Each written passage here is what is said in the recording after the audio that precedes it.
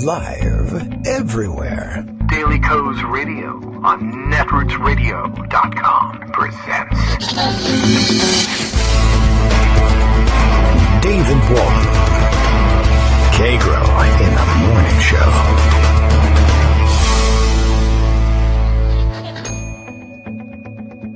Now, here's David Waldman.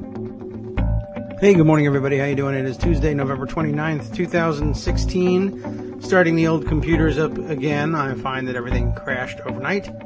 So, a little bit slow to restore all of the tabs full of wonderful things that I had open for you, but don't worry, we have plenty. We always have Pocket, and of course we always have Greg Dworkin and his morning Raft O stories. I'm sure we will be hearing from him shortly. No need to call in unless you're having technical difficulties again. That was funny yesterday when he called in. Okay, so if you call in immediately, I will assume that I should look for a message that says that you're having technical difficulties and this is the only way you can listen. But we're waiting with bated breath for the day's raft of stories, the morning tweet storms from President-elect, I can hardly say it, Donald Trump have already started, and I guess trying to overshadow the tweet storms of last night. This morning's rampage is everybody. There can't be any more flag burning. Everybody has to go to jail and or lose their citizenship. Lots packed up in that one, although I guess in the growing body of his crazy tweets, probably, I don't know, one we can afford to note for the record, and then a note along with it that, yeah, that's not the way the Constitution works, and you're crazy. But, you can't even let it go that quickly. Lots of people pointing out quite correctly, it is a little bit disconcerting that he appears to be sort of laying the groundwork for him to be able to determine who gets to be a citizen and who doesn't. In the hands of a guy who was a wacko birther for the longest time, I guess that is a little bit concerning, isn't it? Of course, no word yet on how long you end up in prison for if you wipe your greasy Cheeto hands on a flag or wipe off your pancake makeup on it or whatever, as we have seen him do. But as you know, it's okay if you're the dictator. I did see, grab my attention earlier this morning, a couple of tweets from Adam Johnson, who tweets, of course, as Adam Johnson NYC, lists himself as, among his credits, writing at Fair Media Watch, The Nation, Alternet, many other outlets that you've likely seen him writing in, and just sort of expressing general frustration with the fact that once again David Brooks seems to be at it and writing about how vital our political center is. And it would be nice if it were, in fact, vital in the sense that there was life going on there. But it's the usual nonsense and centrist worship, and I guess maybe that provides comfort in these times. I don't know. Not to me, but perhaps to David Brooks and his types. Adam was, of course, pointing out the ridiculous both sides-ism expressed in this short clip from, I guess, what is the latest Brooks column, including the note that the most important caucus formation in the Congress, and I guess in the political spectrum at large, would be the ideological center. That would be so important. There's a lot of room, he says, between the alt-right and the alt-left. Haha, get it? That is between Trumpian authoritarianism and Sanders socialism. And you know what? It's interesting because all the writing to this point has been, no, maybe there really isn't a whole lot of difference in terms of where we ought to be paying attention and to whom we ought to be paying attention. Now, Trumpian authoritarianism is different from what is supposed to be his quote-unquote populist platform. Of course, that was a joke to begin with. But to the extent that it exists as a vital center to which we might look in the future, I'd say Sanders is right there. And the idea that that's an alt-left is, of course, an absurd one. Of course, what grabbed my attention was the follow-up assertion that until now, people in that space have been slow to create donor networks, slow to form think tanks, slow to build coalitions of moderate legislators, but suddenly there's a flurry of activity between the extremes. And the fact is, I'm not so sure that there's a flurry of activity between the extremes, except that, I guess, Trump has staked out a position so far to the right that any other flurry of activity would be between the extremes, I guess, by definition. But it occurred to me, they're so slow to create all those donor networks, think tanks, coalitions, etc. Because think about how long it took them to form the Can Kicked Back, Simpson Bowls, Unity '08, No Labels, Third Way. Gosh, I can't even think of how many other stupid things have been formed, launched, and announced as centrist coalitions, think tanks, what have you. The fact is, they're established at an alarming rate. It's just that they don't do anything and nobody cares for it. And being offered milquetoast is just not interesting to anybody. And it just hasn't. What can I tell you? It hasn't caught on. As Adam replies here, the answer to the question nobody asked. So, okay, here we are. Probably going to spend the next 2 hours addressing other questions nobody asked. But, we get together as a club and point out that nobody's asked them, except we've usually asked them. Anyway, Daily Kos Radio is live now. If you didn't know that, what the hell are you doing? You're listening to it. Hello? What else can I tell you? But in case you didn't know it was coming, Bill would have warned you all the way from Portland, Maine with his morning tweet. Daily Kos Radio is live. Kagro X, that's me, David Waldman, asks, how long should you go to prison for wiping your Cheetos hands on the flags? And I did. So I've delivered on that promise. Unlike the guy with the Cheeto hands. I don't know. And by the way, I'm becoming distracted by all of your tweets telling me not to become distracted by Donald Trump's tweets. So if we could turn that down a little bit, then I'd be able to focus on that super important thing that only you get. It's kind of driving me crazy here. And, although now it's really becoming interesting how my tweet stream is filling up with tweets about don't get distracted by the tweets, and then, of course, the counter, which is don't not get distracted, but don't not pay attention to the tweets. When an autocrat tells you what he's thinking, believe him. So, what do? Do we strike a middle ground? There we go. There's the flurry of activity in the middle. Pay some attention to his tweets, because it's dangerous not to pay attention to what an autocrat says he's going to do to you, but also laugh at his tweets because he's a very dumb guy. So, at least we have that going for us, which is nice. What was he doing? I'm already forgetting what Trump was up to last night in his tweet rages that got everybody so upset. I'm actually going to have to, I think, refer back to what was going on last night just to get my head around. I knew that there would be, and I said in the Morning Post that there would be something new to get riled about it. He would tweet some other dumb thing to get us agitated, and I'm telling you, I can't tell you not to pay attention to Donald Trump's tweets. Okay, no answer from Greg. Tells me my Skype is not answering, so let's kill it and restart it. Although it looks like it's fine. I can't figure out why it wouldn't be answering. But hang on just a second, Greg. I'll have to get everything back and start. I told you there was some, let's see, we're having a little bit of computer difficulty here. And it doesn't really want to kill.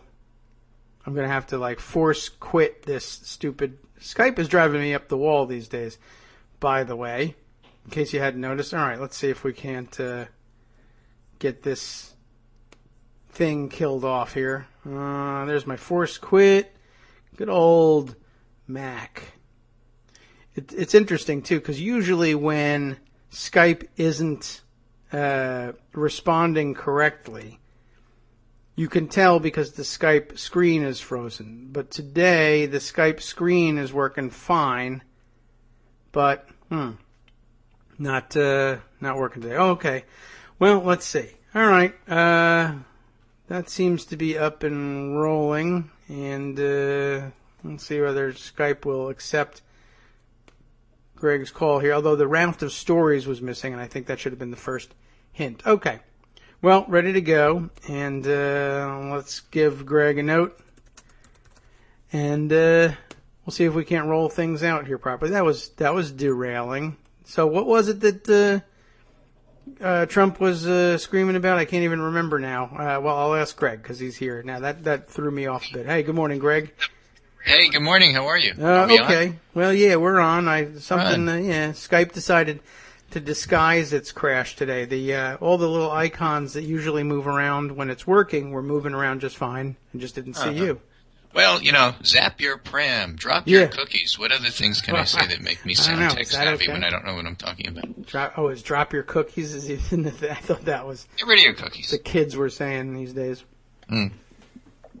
Okay, I was just trying to remember. Do you recall what... I've already forgotten. What was Donald Trump tweet raging about last night as opposed to this morning? The point is not to care. Yeah. I guess. I mean, I want to take note. Yesterday was the whole discussion about Kellyanne Conway and whether or not he was backing her up in regard to Mitt Romney in positions of Secretary of State. And there's all sorts of conflict of interest, things going on. And the big story today is not Donald Trump's tweet about the flag. I mean, it's stupid. This is the silent majority law and order, orderly lawns things from Richard Nixon. Yeah. Don't get distracted by that. Okay, if you want to burn something, burn his stupid hat. Leave the flag alone. You can Who burn cares? the hats. Mitch McConnell, by the way, is a huge First Amendment supporter as leader in the Senate. So just go with that and pretend, he's a good guy. And don't get distracted by the real story, which is that Tom Price is going to be put at HHS. His job is going to dismantle not only Obamacare, but Medicare. All the care. By the way, all you Trump voters who weren't told that this was going on, it's your fault. It's on you now. Yeah. Well, you should have been reading the newspapers, but of course you thought the newspapers didn't really cover it. They were too busy talking about Hillary's email. Oh yeah, that's true. I don't know. They all had something, but they did tend to bury it under avalanches of email stories. So I just tweeted you some of these famous pictures. Government, keep your hands off my Medicare. Oh yes. Right? I mean, so there's like thousands of those, and we'll see how well this goes over. All those people are after that, they can communists. dismantle Social Security, and I'm sure the public will just say, okay, fine, whatever. Well, he does have a lot of hair. Not Tom Price, he doesn't. Right. He doesn't have Chris Dodd hair. He doesn't have presidential hair, so I'm not worried about him running. Yeah, well, of course. This is interesting, too. We haven't talked much about how Donald Trump is redefining presidential hair. Right. Which is fake, But the whole thing's a con, and so's his candidacy and his presidency. So there's that. It's symbolic. A big deal in terms of what's going on with HHS, and it's just way more important than Trump trying to distract people. Chris Arnott, who writes about Trump voters, and I rely on him not because I totally agree with everything he says, it's just that he's got a fascinating perspective having spent so much time with them. Yes. Hold on, Armando. Hold on? No, I'm telling Armando. You said Chris Arnott. Just wait a second. Anyway, his point is that what Trump likes to do is to play the front seat kids versus the back seat kids. The front seat kids are the elites on the coast, and the back seat kids are all the people that weren't counted on that turned out to vote in Florida and in Michigan and places like that. And according to Arnaud, the thing that Trump does well, as Richard Nixon used to do, playing the silent majority card, law and order card, is to get issues like that cracked article that we read so many times on the air about what the middle of the country, heartland, rural conservatives really hate about the elites and love to thumb their nose at, and that is getting the New York Times to say bad things about Donald Trump. They just love that because they hate and despise the New York Times and everybody who reads it. And so to pick an issue like flag burning, which is really nothing out of nothing, Gornish McGornish, as we say in Yiddish, is perfect for Donald Trump because it distracts from what's otherwise going on. What's otherwise going on is Jeff Sessions at Justice and Betsy DeVos to dismantle education at the Department of Education, and now Tom Price, who is sworn to dismantle not only Obamacare but change Medicare as we know it. And so those are important things. And it isn't just Tom Price. actually, there's another person who's also been suggested as his choice, and that is the person who helped Mike Pence get a Medicaid waiver in Indiana, is another part of that team, and that person, whose name I'm searching for, is going to be put at CMS. CMS is the part of HHS that actually does the day-to-day regulations and rule building for doctors. So CMS actually has huge power in regard to how things work. And that's part of the fallout of having a Trump presidency that we are looking for. Now, Price and others who think like him have talked about wanting to change Medicare. And his big thing is something called the Empowering Patients First Act, which basically tries to get rid of rules about coverage. And he is trying to champion the young and healthy and rich who really don't need health care, trying to make it so that it's easier for them to get it, which is going to disadvantage the sick, the old, and the poor. In other words, if you actually need health care, it's going to be more expensive than if you don't.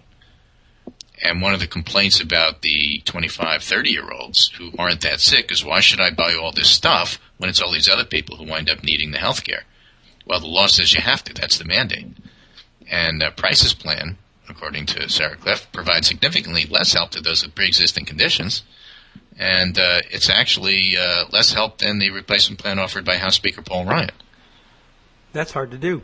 Yep. The biggest cut to the poor in Price's plan is the full repeal of Medicaid expansion. That covers millions of low-income Americans. And Price replaces it with nothing. His deputy at CMS has worked and is an expert on how to get waivers for Medicaid. So Price says, well, I'm willing to compromise. So there's that. But none of the articles quite yet talk a lot about what he wants to do with Medicare. And I promise you, folks, it isn't keep government hands off of my Medicare. This article comes from the Washington Post. One of the 18 members of the House GOP Doctors Caucus, Price also supports major changes to both Medicaid and Medicare, health insurance pillars, and the Great Society programs. Under his vision, both programs would cease to be entitlements that require them to provide coverage to every person who qualifies. Instead, like many House Republicans, he wants to convert Medicaid to block grants to the states, which would then give them latitude from federal requirements about eligibility, and would also require able-bodied applicants to meet work requirements in order to receive health benefits, which the Obama administration has rebuffed. And for Medicare, Price favors another idea, switching it from a defined benefit to a defined contribution. So older or disabled Americans, financial help to buy private insurance, but basically let them opt out of Medicare. That's what's on the table. And the CBO has estimated that 14 million people would lose coverage if Congress revokes the Medicaid expansion. And it's not clear how many other people would be affected by Price's Medicare ideas. Now, if you go back to all of the economically troubled Trump voters and say to them, but now we're talking about changing Medicare, perhaps giving you the option to get kicked off. And by the way, for people in Kentucky, forget that Medicaid expansion. We called it Connect, but it doesn't matter what it's called. It's gone now.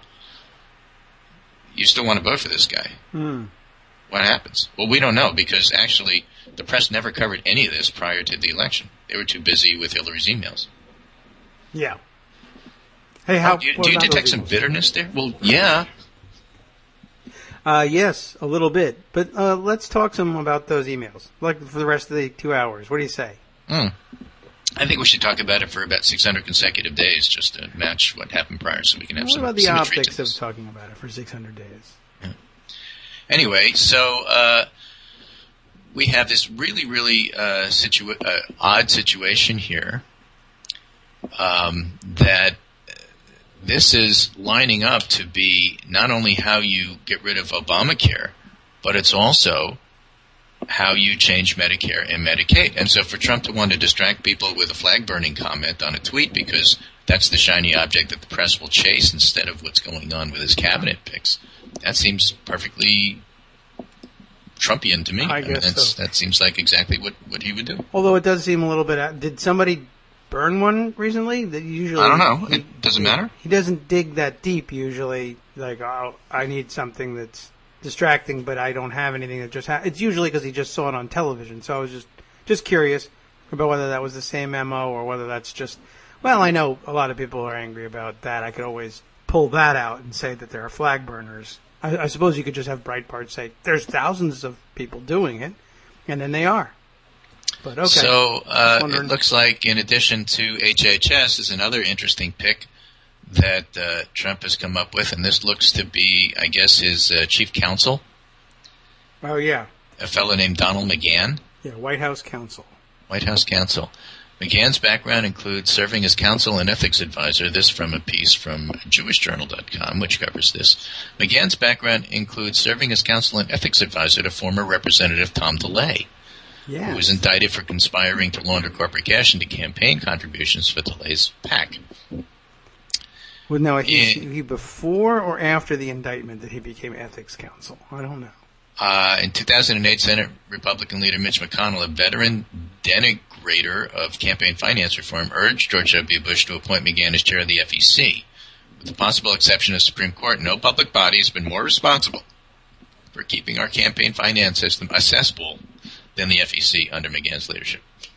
Yeah. It was McGahn's FEC that ensured the court rulings for Citizens United and against the McCain-Feingold reforms would gut the regulation of money in politics, paving the way for super PACs and social welfare nonprofits like Kagro's Crossroads. When a Washington lawyer called McGahn one of the most consequential commissioners the FEC's ever had, Democratic FEC Commissioner Ellen Weintraub commented he was consequential like a sledgehammer was consequential. Well, he did his best to undermine the law. So that's the new counsel. Now, the idea that chief counsel is going to advise Trump to stay away from controversial and difficult ethical issues with this guy as the one doing the advising, fills me with just as much confidence as Betsy DeVos at Education and Jeff Sessions at Justice. And whoever it is going to be as Secretary of State, I can't imagine it's going to be Romney in the end. He's going to have to pick Giuliani or somebody like him because it's just going to round out the whole cabinet picks that he's doing right now. Yeah, although I did see, was it Secretary of State that he was considering him for? Petraeus' name is now back in play. Yeah, because, emails and leaks, and it only matters when it's a girl who does it. Right. Well, Adam Connor, I think it was, pointed out that it was interesting because Petraeus really represents the a combination of the worst elements of both Bill and Hillary Clinton combined, all the things that Donald Trump attacked the two of them for combined in one person. Okay, sure. Why not a little bit of operational security problems, some national security leaks, maybe affairs, mistresses, Yeah, throw it all in there. The whole thing there. Get it in one person. It's efficient. I'll give him that. Well, so that leads to how stable are democracies. Warning signs are flashing red. A New York Times piece today by Amanda Taub talking about the fact that Western liberal democracies just aren't as stable as one would think. They're not cool, That's the thing. They have this academic early warning system here. Signs of democratic deconsolidation in the U.S. and many other liberal democracies are now similar to that in Venezuela before its crisis. Across numerous countries, including Australia, Britain, the Netherlands, New Zealand, Sweden, and the U.S., the percentage of people who say it's essential to live in a democracy has plummeted, and it's especially low among younger generations. All right, good. Dump on younger generations. That's, they're the people that voted for Clinton. I don't get that. I don't know. The older they're people the ones that voted answering for the Trump. questions. I don't know. Did they say that? Maybe they're lying. I don't know. Why did they say that? Maybe they don't know. Of course, this is just one paper they point out. And the researcher's approach, like all data-driven social science, has limitations. It's only as good as the survey data that underlies it and does not take into account other factors that could be important to overall stability, such as economic growth, which, by the way, for the last quarter has just been revised up to something like 3.2%. So all you economic anxiety voters, I guess you picked wrong. Unless you didn't, in which case everyone loses their citizenship. How about this one from Rolling Stone? Radically mainstream. Why the alt-right is celebrating Trump's win. And by the way, when it comes to alt-right, the AP is doing a good thing. Alt-right, quotation marks, hyphen, and lowercase, Yes. may be used in quotes or modified as in the self-described or so-called alt-right in stories discussing what the movement says about itself. Avoid using the term generically and without definition because it is not well known, and the term may exist primarily as a public relations device, says AP in its style guide, to make its supporters' actual beliefs less clear and more acceptable to a broader audience. In the past, we have called such beliefs racist, neo-Nazi, or white supremacist, and they advise doing the same now. That sounds good. Yeah, so that's pretty good. Well done. And that plus yesterday's discussion about how the press was pretty all in on calling out Trump for non-existent proof that millions of illegals voted. All right. Oh, that was it. There is some hope for the press Thanks. yet, at least before they're destroyed altogether. But running after this flag-burning tweet and ignoring the cabinet picks that we were just talking about would be a huge mistake, and I expect them to make it. If they don't, I will. Someone will make it. So there you have it. That's what I'm seeing out there today. What are you seeing? Pretty much the same. I guess I was alarmed by the cabinet picks, though there's not that much I think is likely to be done about them. I mean, the majority of these picks are going to go through, though they are signaling fights here and there among the ranks of the Democrats in the Senate, but I don't know that they have the votes to do anything about it in particular. Oh, look at this. Here's a tweet flies by where now they have to have a camera on the elevators in the Trump Tower lobby all the time to see who's being considered for various cabinet positions. Good shot here of the elevator doors closing on a car, including Mika Brzezinski and same car, Corey Lewandowski. So Right. Maybe the same meeting, maybe not. I don't know. It's always interesting and entertaining over at Trump Tower. Just Right. keeping you up to Meanwhile, date. Tom Tomorrow points out, if you can figure out what far-right site recently ran a post on flag burning, you'll find Trump's morning reading, and then you'll know why he did that tweet. Oh, okay. Is that okay? That's his advice. That's probably it. Yeah, and that's likely to be the case. I thought it might be on one of the morning television shows somehow. That's apparently how he spends the bulk of his morning. I forget where I read that one, but we know he's an early riser. But I was surprised to find out that he doesn't make it to the office until about 10 a.m. And word is the people close to him say he spends the time between about 5 in the morning and 10 a.m. watching all of the morning news shows and reading sort of pop news. That would be like tabloids, People Magazine, maybe Time, perhaps Newsweek if they're out at the most rigorous end of his consumption. So I don't know. Somebody must have, maybe National Enquirer, I don't know. saw that boy burning a flag or something. So Monica CH, capital C, small h, I don't know how to pronounce that, tweets GWB, that's George W. Bush, not the George Washington Bridge. GWB tried to privatize Social Security, and there was a public outcry. Do you think it won't work that way for Medicare now? She tweets to KITM, hashtag KITM. And I think there will be. I mean, I think that this is going to be a political disaster for Trump, and that's part of the reason why he's trying to distract from it by talking about things that aren't all that relevant. Now, sure, the flag burning thing is something that's going to appeal to social conservatives. It always has. There's always been a large group in the country who think that issue is a salient one. I mean, you know, but it's not going to be more than a 24-hour story, whereas Tom Price is going to be at HHS for 4 years. And if they tried to actually do some of the things like take people's health care away that they're claiming to do, it's going to be very interesting times. I still think it's a third rail, and we'll see what happens. We will see. Another suggestion that just crossed the screen was that it was Brad Reed, who tweets under BW Reed, pointing out that, well, it's someone's observation, perhaps Trump is trying to provoke people to burn flags as protest outside of his victory tour, not the Jackson Brothers victory tour, but yeah, well, that's where the hats come in. Yeah, you know, if you have to protest anything, burn the stupid hat. That's true, and he's got new hats out. which I don't know whether those were the prototypes, the USA hats that were on his desk where they tweeted out a picture of him and Kellyanne Conway last night looking at a computer for some reason, or whether there's something else. But yeah, I had almost forgotten that he plans to continue to hold rallies and hold a victory tour of rallies, which is, of course, straight out of the Peaceful Transition of Power playbook, as we all know.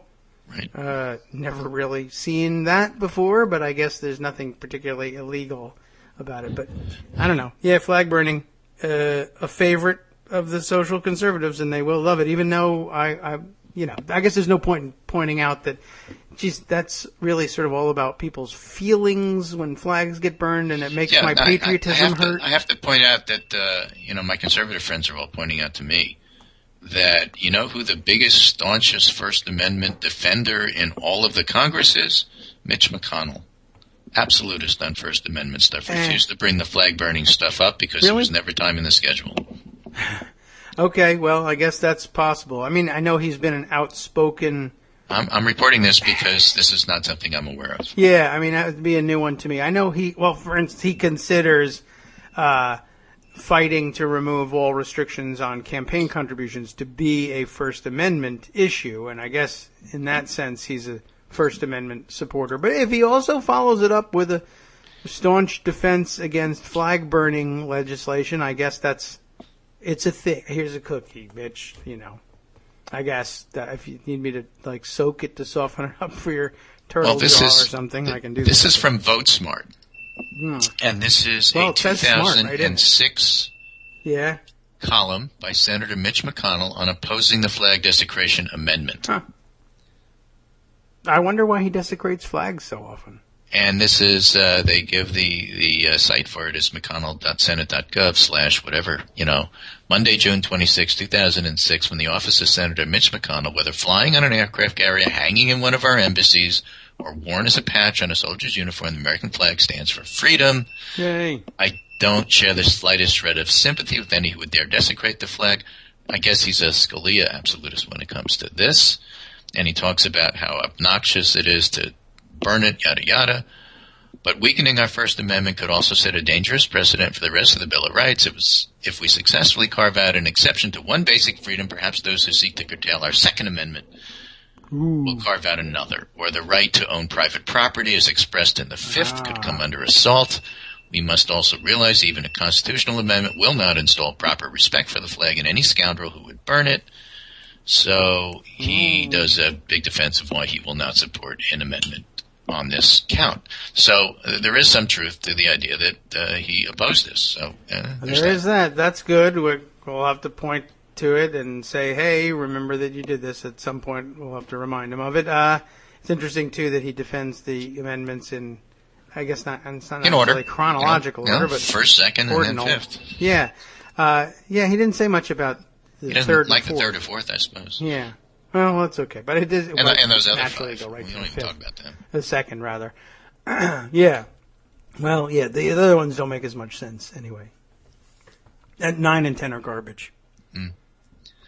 So, there you have it. We have Seema Verma, by the way, is the name Trump CMS pick.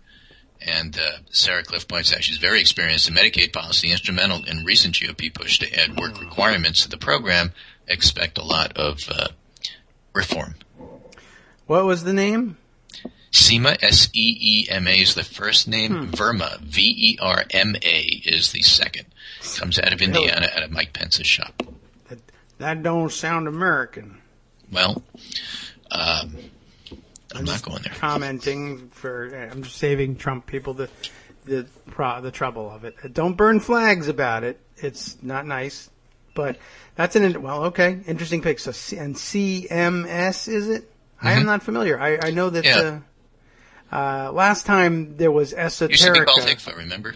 Yeah. HCFA. I didn't realize that it was a name change from HICFA. I was going to say the last time somebody Hillary picked Clinton out... can fix anything. Remember, that's what it used to be called back in the Clinton days. It's now called CMS. CMS. And they basically write the rules. What do you have to do? What are your regulations in regard to how you can use electronic medical records? What things do doctors need to do to ensure that things are being implemented properly, and how can you prove it to us? I was going to say... You're not going to be eligible for Medicare. That's the kind of stuff they do and why it's so important. Yeah. The last time an inside player picked out a little-known government agency that they thought they could drop a poison pill in and destroy Medicare, it was Newt Gingrich and HCFA. And I did not know. Well, so I guess that explains it. HCFA is now CMS, which stands for, I'm sure, Computer Monitoring System. I don't know what it is, but probably not. Probably medical in the middle there somewhere. Do you know what CMS is? It's the Centers for Medicare and Medicaid Services. Okay. So HCFA became that. And I recall that that came up in Newt Gingrich's old "Let Medicare Wither on the Vine" comments, and everybody said, "How dare you?" And then he said, "Oh, I wasn't talking about Medicare. I was talking about HCFA," which he may actually have been talking about HCFA, but of course the upshot of letting HCFA wither on the vine was the death of Medicare. And I guess if you still weren't sure about that 20 years later, the idea that Tom Price, who's got the mission to dismantle Medicare, makes his first move the destruction of HCFA's successor answers the question. There you are, history lesson. So, how many people are in this country? Right now? Yeah, 320 million, something like that? You, me, Armando. And a couple of our friends, and then Bill. like everybody else. Yeah, I'm thinking. Yeah. Well, CMS covers 100 million of them. Okay, so there's more who aren't. Between Medicare, Medicaid, CHIP, Children's Health Program. Only 100. And then the health insurance marketplace. So two-thirds a third of the country is covered through this. And the rest either are not covered or it's through health employer-based insurance. Well, go to Staples and ask for insurance or whatever, McDonald's, wherever it is you are, you can just buy it, get a card, and pick up some insurance to take home. Just laying the table for you so that Buy you can some see for next why CMS is so important. Yeah, I guess so. Well, I'm That's a glad lot of I people. learned. That is a lot of people. It's a large number. They're probably all illegals anyway. Yeah, well, let's say you take away a third of the country's health care. Do you think still, LOL, nothing matters after all that? YOLO. Well, YOLO is still true. YOLO's still true. You only live once, but without CMS, it would be a lot shorter life that you live. You only live once, but now we're down to 0.5. Yeah, now it's only... You only live half of what you were supposed to. We took away the we couldn't afford it, so we made a cut. It's now YOL. You only live a little bit. You only live a little, right? A little bit. Okay. Well, everyone prepare to die and die quickly. Hey, Alan Grayson was right. What happened to that guy? Oh, he's gone too. Dang. All right. I don't know what happened to a lot of these folks. You step back and, I have a couple of articles I was tweeting around this morning back from 2007 when I was doing some flu work with Mike Levitt and the, at the time, Republican conservative head of HHS. And the difference between then and now is just, it couldn't be more profound. I could work with conservatives. I could work with conservative ideas. I could work with people who are dedicated in their own way to trying to improve the federal government and the country. That's not what we have with this current batch of anarchists. We have a bunch of people being appointed who are literally interested in destroying what's there and replacing it with unclear, you're on your own. And that's why it's so important that a third of the country is covered by CMS, and that's why it's important who is at HHS, and that's why it's important in terms of the future of Medicare. I mean, these are not just, you're being hyperbolic and overselling what this really means. No, actually, all of this stuff is on the line. Nothing is sacred. Nothing is to be counted on. If you have to depend upon Mitch McConnell as being the last bastion between us and authoritarian government that would lock people up for disagreeing with them, we got a problem. Yes. You're in luck, though. The Hill says there's a pro-Trump congressman who says Trump is wrong on flag burning. So that's two. There you have it. One in the House, one in the Senate. I prefer they all be in the Senate so they can block stuff. Scattering them around, one in a state legislator in California and one here and one there isn't helpful. You need a block. Yes, well... and preferably in the Senate where things can actually get stopped. like as you pointed out, if Mitch McConnell really is stalwart on that, he can just simply to give him his due. not, Apparently he was the deciding vote on the flag amendment in the Senate back in the day. So, all right. shall And see. if he controls the Senate schedule, it may just be that he finds it's very difficult to bring it up to a vote. And there you have it. Same. Random Okay. stuff to talk about. I don't know how annoyed we got with Armando, but I will tell you something about Armando. It would be great if he could find some time to get on the show and talk to us about the death of Fidel Castro and what that means. Yes. He's got a lot more insight into True. that than I do. Well, so far it means he's dead. That's He's held. still dead. Yeah, I checked, and He's with Francisco Franco now. he's still dead. But what are the implications for politics in Florida? What are the implications for relations with the island? All that stuff, I think, is important. And what happens now? I don't know, and that's a good question. So because we Donald have to Trump has get no our plan. local expert, on the show and talk about that a little bit. Yeah. Well, I hope he does get interested in doing that because my Twitter feed is after warning me not to get distracted with it is now almost 100% flag burning. Yeah. I can't take it. Folks, Okay. the flag burning is interesting. I think Mitch McConnell's stance on it is interesting. The issues are the cabinet appointments, not the flag burning tweet. Yes. Well, everybody gets their chance to talk about it for 10 minutes. The problem is that with the other 200 million people not covered by CMS are all taking their turns. Right, and this is exactly the mistake that the media made in the run-up to the election. Whoops. Which is spending a lot of time on this, which they'll do for a while, and then turn to the next Twitter thing tomorrow, and not cover what's going on at the cabinet level and what it means to Americans. I wonder what's What gonna happen media when he should be runs out of doing things to instead say. of talking about this tweet is going back and ask all those Trump voters that they were very sympathetic about in terms of this is why we're doing it. We have these towns that are failing. We have addiction problems are real, all stuff. Maybe go back to West Virginia where coal will never come back the way it is, and manufacturing will never come back the way it did. We talked about that yesterday in terms of the incredible efficiencies now available in the modern economy, where it takes a fifth as many people to make the same things as it did 30 years ago. Go back and ask those voters what it means to them if Medicare and Medicaid disappear the way the Tom Prices of the world wanted to. That's what they should be covering, not these stupid tweets. Yeah, I guess so. Although maybe somebody should just follow them around for a day and might also... The reporters? Yeah, and follow them around for a while. Follow them around for a week. It'd be interesting to follow them around and point out all the things that, by the way, I mean, a major portion of that is paid for by government programs that are ending. Go ahead and buy it, but do you know that the price of this is going to be twice as much and you're not going to be able to afford that? And well, I guess that'd be pretty annoying. They'd kick you out of their house pretty fast. But there's another way. And get your to do government it. hands off my Medicare. Yeah, well, get your What about signs those? out. What about those people who made the signs? Go interview them. The government's about to put their hands on your Medicare. What do you think of that? That is great because they're Donald Trump's hands. Mm. Well, what can you do? People want what they Get want. a life, Moran. I guess so. What's happening to that guy? How's his I don't health? know. I'd like wonder. to go interview him too. Anyway, that's my potpourri of what an elitist coastal term for my summary today. A little of this, a little of that. Thanks so much for tolerating me and fixing your Skype so we could talk. That was really a cool thing. Yeah.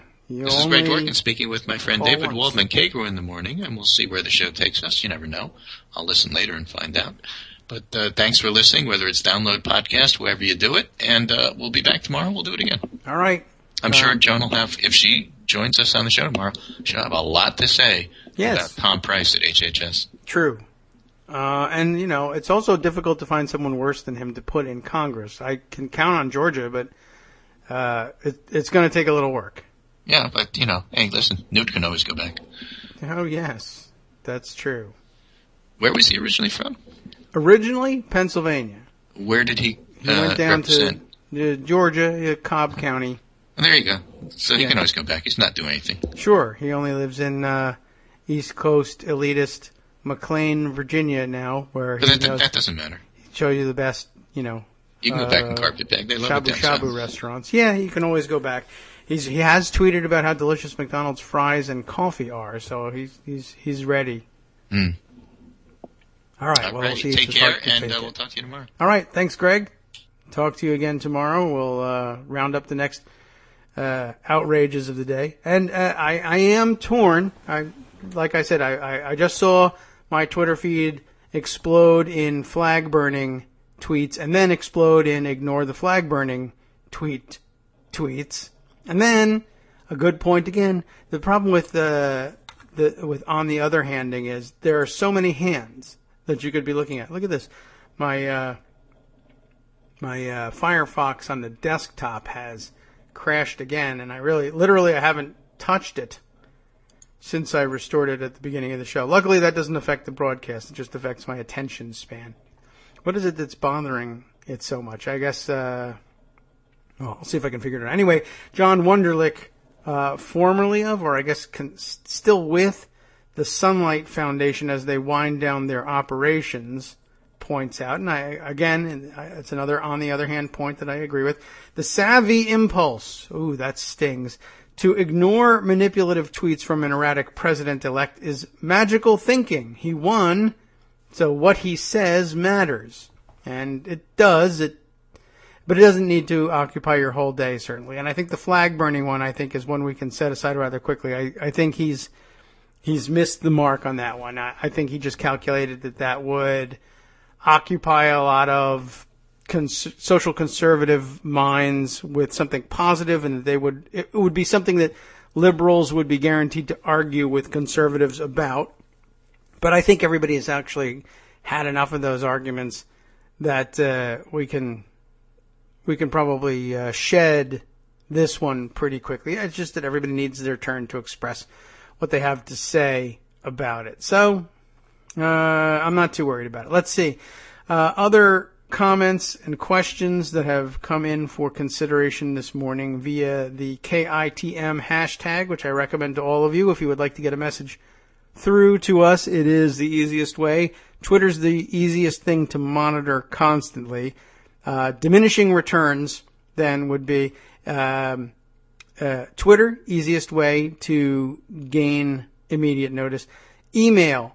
You can, of course, send emails to me. That'd probably be the easiest way. But monitoring email is considerably more difficult. But by the way, in case you were interested in doing it, whether during broadcast hours or afterwards, easy enough to find me.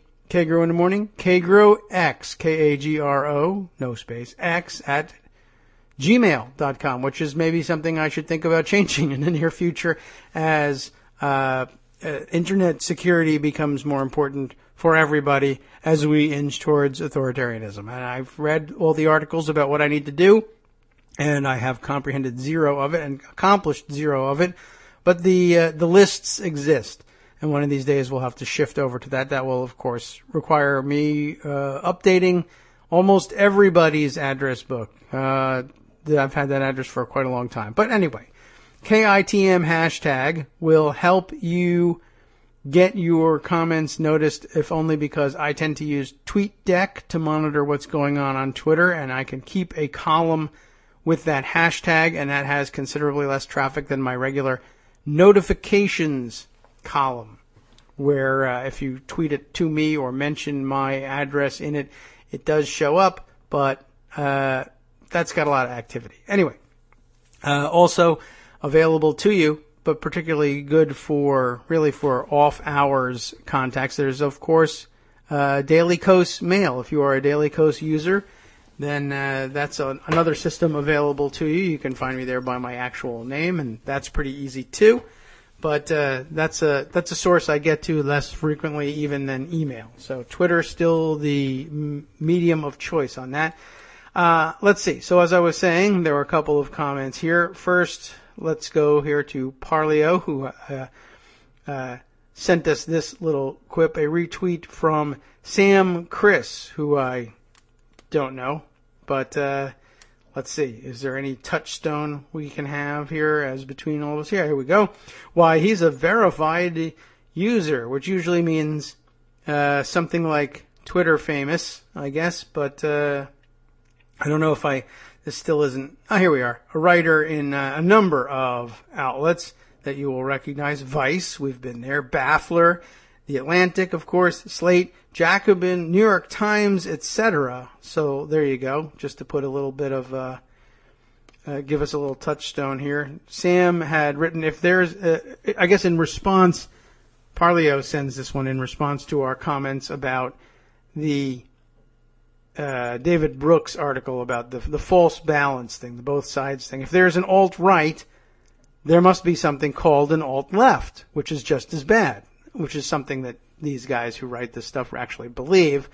Of course, that logic leads us to the second part of his comment. Also, the existence of whales implies huge bats.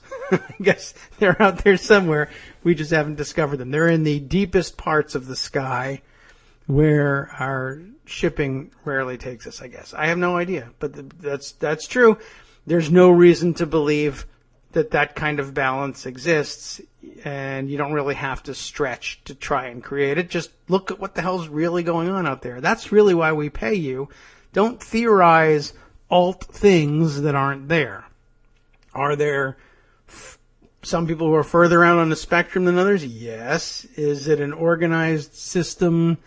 I guess the so-called alt-right, to adopt the AP version of it, also isn't necessarily all that organized, but there's at least something closer to an organizing principle. And as far as I can tell, that doesn't really exist among the various groups that might self-identify as being that far out on the left end of the spectrum. They don't hang together in the same way. Let's see. Other questions, comments, topics, etc. that have made it through to me on Twitter. Let's see. One, Monica also following up with yet another question asking whether Price will get easy confirmation. Likely. Recall, of course, that confirmation won't require anything more than a majority vote in the Senate anymore, which is fine.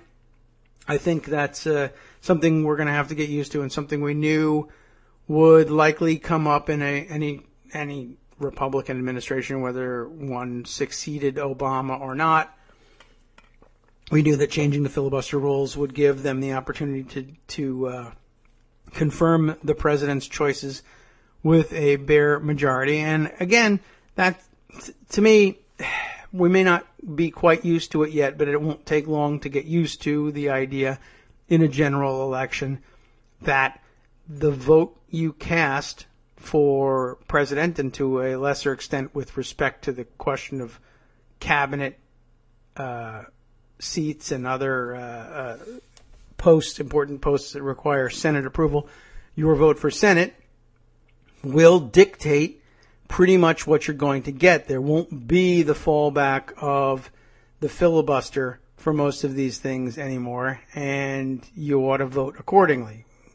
Whether or not people will get used to it, or how we'll recognize when people are really taking that into account, I do not know, but it should be a given as part of the voting calculus. I don't think we should try and hide this stuff anymore. So I'm not terribly upset about the loss of the filibuster on that front. Will Price get an easy confirmation? I would guess so. I mean, he's not an extraordinarily controversial person among the ranks of Republicans in the Senate. I don't think the Senate, members of the Senate usually, they don't have quite as much love for members of the House of their own, even of their own party, as they do of members of the Senate. I mean, that's just any club is going to have that bias. Senators typically have the easiest time, although there's word that there would be some resistance to Sessions, but I think you're still only talking about just that, some resistance, and then ultimately the confirmation. And I think the same probably will be true of Price, though people are sure to grill him in the hearings, and he's not a brilliant man, so it may be that he, doesn't do that well in all of the in the hearings and doesn't make a great showing for himself. But I don't think he's certainly not going to say anything that's going to cause Trump to withdraw the nomination, I wouldn't think. So, whatever. It'll be relatively simple. I would guess there's not much in the way of his confirmation, as terrible as he is. Other issues that others of you are bringing to the fore, perhaps for our consideration. Let's see, Rebecca Romans, who tweets as it's lambs and beds, right? That's unless I've always wondered about those handles that run together. I mean, that's the best I can make out of it, but I guess it's not lamb. Hey, lamb. Hey, my lovely lamb. Send beds to somebody else, right? I don't know. I'm not sure where to break these things. Every once in a while, I see even people who have just their first name, last name running together. I sometimes wonder, am I breaking it in the right place here? I can't tell. Anyway, Rebecca comments. We all know her as Rebecca. We mention her on the air all the time that way. Trump's son-in-law. That's Jared Kushner. And remember, I've got a couple of profiles on him. Maybe today is a good day to break out the Jared Kushner profiles. A likely White House advisor, of course, it is noted here, has hundreds of millions in outstanding loans from domestic and foreign banks. Yeah, Kushner is a bit of an operator just in the same way that the Donald himself is. And that could be an issue. That's not as unique an issue, I don't think, as Trump's, which includes enormous amounts of debt to foreign banks and foreign investors, some of which have been reported, some of which have not, some of which are state-owned, and some of which are not. That's another issue area to pay attention to. Maybe that will occupy a large part of the second half of the show. Unless, of course, I'm distracted by someone else's suggestion. I'm now taking a look at Kate Sherrill's latest, this time a tweet from Vanity Fair. Well, this we can just do as a quick note. I think this is an interesting update. Hamilton, the play, that is not the random theater in Ohio. Didn't that happen the other day? I think I mentioned that on air. But Hamilton, the Broadway production, just shattered a box office record, so that Trump-inspired boycott is clearly going great. Of course, we would not likely have seen the impact of that boycott for quite some time because the show is sold out until the foreseeable future. And none of those guys were going to Hamilton anyway. I think we were right on that one. Let's see. What else have we got here? There's Brian Monroe, our Canadian pundit, or Canuck pundit, if you're looking for him to find his handle on Twitter. Just saying, any idea what Obama's presidential letter to Donald Trump will say on Inauguration Day, and will one exist? Good question. I don't see any real need to leave one for him, or really for anybody, but it's tradition, apparently, and Obama's a traditionalist in that respect, if nothing else. So I suspect he will, in fact, leave him a letter. But, of course, the contents of those letters do tend to become public, so it's a good question what he might want to include in it. I think it'll just be, scholarly and fraternal, basically just warning him of the enormous responsibility that comes with the office. It's interesting. It's going to be brought down to a level that I don't think we have seen before, because we haven't, I don't think, it's been an awful long time since anybody assumed the office with a significant portion of the electorate thinking that they were literally unprepared for the office and lacked the capacity to become prepared for the office. As much as people hated Obama, I don't think anybody doubted his intellect. Well, it's not that nobody doubted his intellectual capacity, but there wasn't a significant portion of the informed electorate that you tend to care about in these things who really thought there's no way he's going to be able to grasp certain issues, certain crucial issues. There's certainly, there's a statistically significant number of people who believe that Donald Trump is a genius, but it doesn't take that much to become statistically significant, I don't think. But, yeah, most people don't have a great deal of confidence in I don't think, in Donald Trump's ability. Certainly his supporters do, but even among his supporters, there are people who realize, he's got a different kind of mind. So I don't know. I assume that this will be sort of an elementary school level. You can do it. Hang in there and pay attention and stay in school, kids, kind of letter. That's all I can think of. I got to think that Obama would be very much conscious. I wouldn't doubt that he might send two, one for public consumption and one for private consumption. He would just have to take care, I think. If I could offer him any advice, as though he didn't already know this, I would say, if you do write a private letter that's not meant for public consumption, you shouldn't, well, one, you shouldn't do it, probably. But two, you shouldn't make any assumptions about Trump's willingness to one day release the letter in whole or in part, if any part of you could be construed as embarrassing. And remember, you need to read it at a child's understanding level and then decide whether or not any of it can be construed as embarrassing. Literally down to the point where if you said, I want you to take your duties as president seriously, there's every possibility that Donald Trump will tweet that out and said, haha, you said duties. That could really happen. So just beware. So I don't know how to advise you on that point. Think long and hard about it, but, you certainly don't have to tell Obama to think long and hard about things. He's going to be doing that anyway. Let's see what other information we have here. Chris Fry, who tweets as Semper Curiosa, and that's a good way to be. Boy, the desktop computer is buzzing like crazy. I think we're headed for a crash on that one.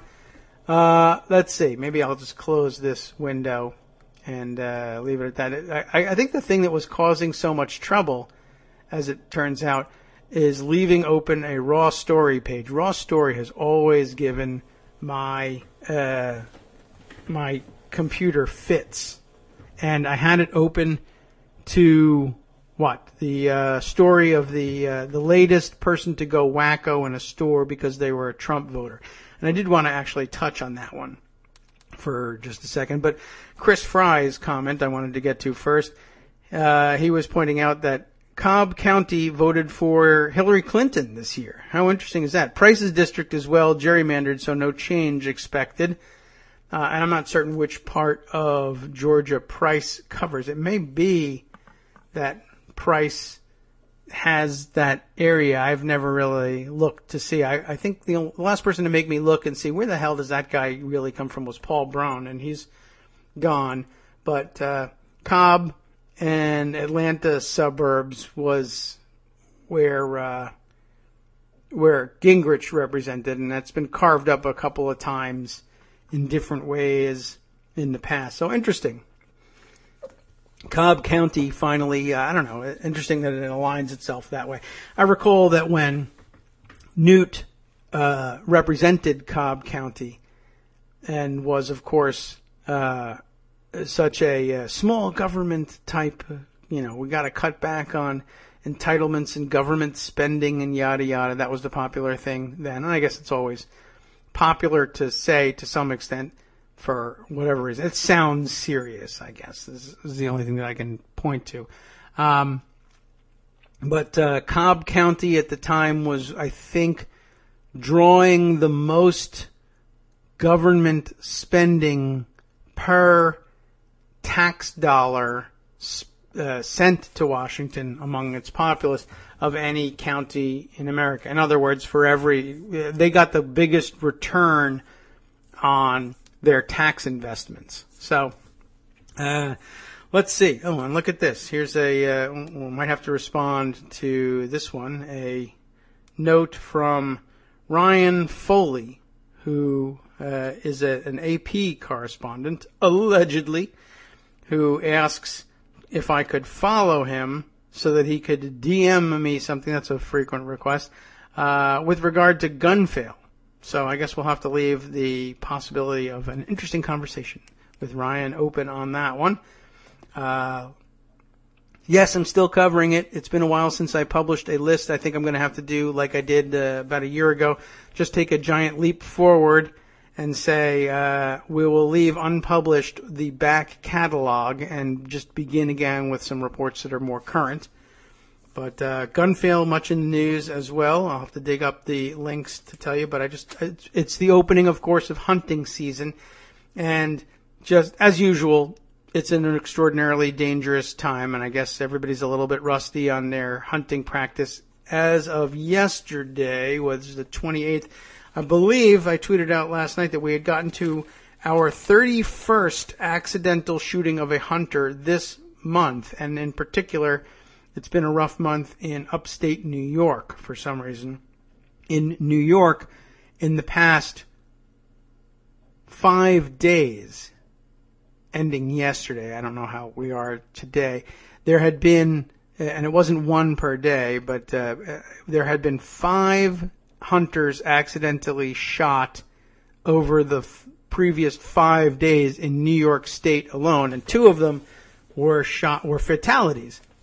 So nationally, as I mentioned, so 31 hunters accidentally shot, and at least 2 or 3 incidences of hunters firing into people's homes but not injuring anybody. But 31 hunters accidentally shot, 14 fatally. That's a pretty remarkable total for November. Be careful out there. That's all I can tell you. That's all I can legally tell you. Second Amendment and whatnot. And really anything else saying people who shoot one another are nasty might be a violation of your Second Amendment rights if it gives you the sad feels. I think that's the new standard. I'm not 100% certain of that one. Okay, so let's see. Who else is chiming in here? Anybody else? Yes, here we are. Rebecca is clearing things up. Thank you. I was curious about this. Lamb's End Bedlingtons is my kennel name. I breed Bedlington Terriers. So Lamb's End Bedlingtons. It's not beds that you're saying. I thought it might be like natural wool bedding of some kind. You never know. Lamb's End. And they're not suing you for that, right? Over at Lamb's End. That's cute. Okay, so Bedlington Terriers. And I guess is that a Bedlington Terrier in the picture there with a birthday hat on? That's very cute. Okay, I assume that's I'll just go ahead with the assumption. Okay. Oh, and let's see. Ryan chimes in right now with the request for interview on gun fail things. Well, I assume he knows that I'm not currently. I'm assuming he does not know that I am currently on the air. I'll have to respond to him later. We should respond to him on the air, and you could all give me ideas to talk to Ryan about. I bet that would go pretty poorly. I would sound pretty disjointed, even more disjointed than I sound now. Okay. Good idea. Brian Monroe chiming in again, a Canadian pundit. Maybe the idea for the presidential letter would be making it into a pop-up book. That would probably go over very well with the Donald. Plus, Barron likes it, and on the weekend he could show it to him. All right. Let's see. Where were we? There was a great deal that we wanted to catch up on. Yeah, okay. I think that's it for the comments at the moment. All right. And we'll make the assumption then that Armando is not available for a discussion of the ramifications of Fidel Castro's death over in the last couple of days, but he'll still be dead tomorrow, no doubt, and we'll catch up with the Cuban American community and that score. They're busy now sorting things out. Let's see. Justice tells me that maybe is this it? Is this what Greg was talking about too? That or is this something different? Okay, well let's see. The possible source of the flag burning craze. Justice says that they did the story, I guess, on the after show of the several dozen Trump supporters / bikers who took over. Oh, I did see that. Took over that Massachusetts college. That's always a good thing for bikers to do on Sunday, demanding the arrest of students for burning the flag in protest of Trump. Oh, that Massachusetts college. I'm not sure which one it is. All right, well, let's take a look. It's a raw story. So hopefully it won't crash anything. But now you got me curious. I'll try and close it immediately after. Run them over, it says here. Conservative free speech protesters rage at college students who burned the U.S. flag. Oh, run them over. That's great timing. Run them over on the college campus, right? Didn't we just see that happening yesterday? The breaking news that we retweeted and discussed yesterday on the show included the reports of an active shooter, they said, on the campus of Ohio State, one of the campuses of Ohio State University, the Ohio State University, as they like to say. It turned out that he wasn't a shooter at all. It's just a random attacker, and everybody's used to them being shooters. And that he drove onto campus, ran some people over, and then jumped out and attacked people with knives. And, of course, people pointing out, a lot of people wounded, nobody dead except for the attacker himself. And that might have been a different story if he had been attacking with a gun. Anyway, here's what Raw Story had to say about the flag burning. This might be the source of things here. A group of Donald Trump supporters and conservative veterans converged on the campus of a Massachusetts college on Sunday to call for the arrest of students who burned a flag and to protest the school's decision not to fly the U.S. flag in the wake of Trump's election victory. I did hear about them deciding not to fly the flag, but I didn't realize that it was Trump connected necessarily. I saw some bit, again, flying by on Twitter about a college that opted not to fly it after students protested that it was, and not inaccurately, a symbol of, neo-colonialism, I guess, is what they were complaining about. And certainly true that the U.S. has meddled in a number of things that they probably should have kept their hands and noses and whatever else out of over the past however long it's been, 200 and something years. But, I thought that was a little bit weird and guaranteed to draw negative attention. But all right. Lock them up, chanted the protesters who claimed they were there in support of the First Amendment, but seemed less than pleased that the students had exercised their own right of free speech. After Trump's election, university officials chose to fly the U.S. flag at half-mast as a sign of national mourning. When some in the community were outraged, Hampshire College took down the flag altogether. This reporting, by the way, that of David Ferguson's for a Raw Story. Some students burned a U.S. flag in protest of Trump's victory. Since then, all flags on campus have come down, and that's probably a wise idea if you're pro-flag, actually. Anyway, the flag had become a heated symbol that was making that more difficult, said University President Jonathan Lash to CBS News. We really feel our community needs a conversation in which both sides listen to each other.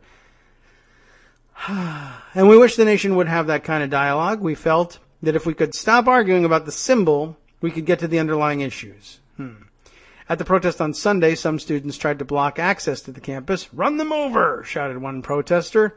At another point, the protest leader urged the rally-goers not to give students middle fingers while on campus.